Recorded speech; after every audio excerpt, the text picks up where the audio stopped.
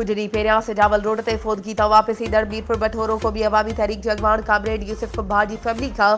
सिजावल बिठोरो जे विच दड़ी मोरी वटि तेल फुर वारे वाक़े खे 15 ॾींहं गुज़रण बावजूद पुलिस कख भरी बीड़ो न कयो, जे ख़िलाफ़ मुख़्तलिफ़ सियासी समाजी तंज़ीमुनि क़ौमपरस्त अॻवाननि शहरनि सहाफ़ी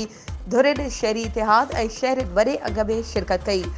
जॾहिं त सिजावल हैदराबाद रोड बंदि करे एहतजाजी मुज़ाहिरो कयो वियो, जंहिंमें एसटीपी अॻवान अब्दुल क़दीम मल्हा, शहरी इतिहाद जे अॻवान नाना इस्माइल शोरो, जीए सिंध महाज़ जे Noman sorrow,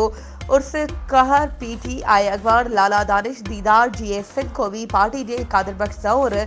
Daro press club जे सथ जे अॻवान हबीबुल्ला मेमण, मददगार ग्रुप जे ताबे अली शीदी, वापारी अॻवान अब्दुल गफूर मेमण जन एहतजाज में ख़िताब कंदे चयो त सिजावल ज़िलो मुकम्मल फोरन ॾोहारियुनि जे गिरफ़्त में पुलिस इंतज़ामिया मुकम्मल ख़ामोश तमाशाई बणियल। उन्हनि मुतालबो कयो आहे त सिजावल ज़िले जा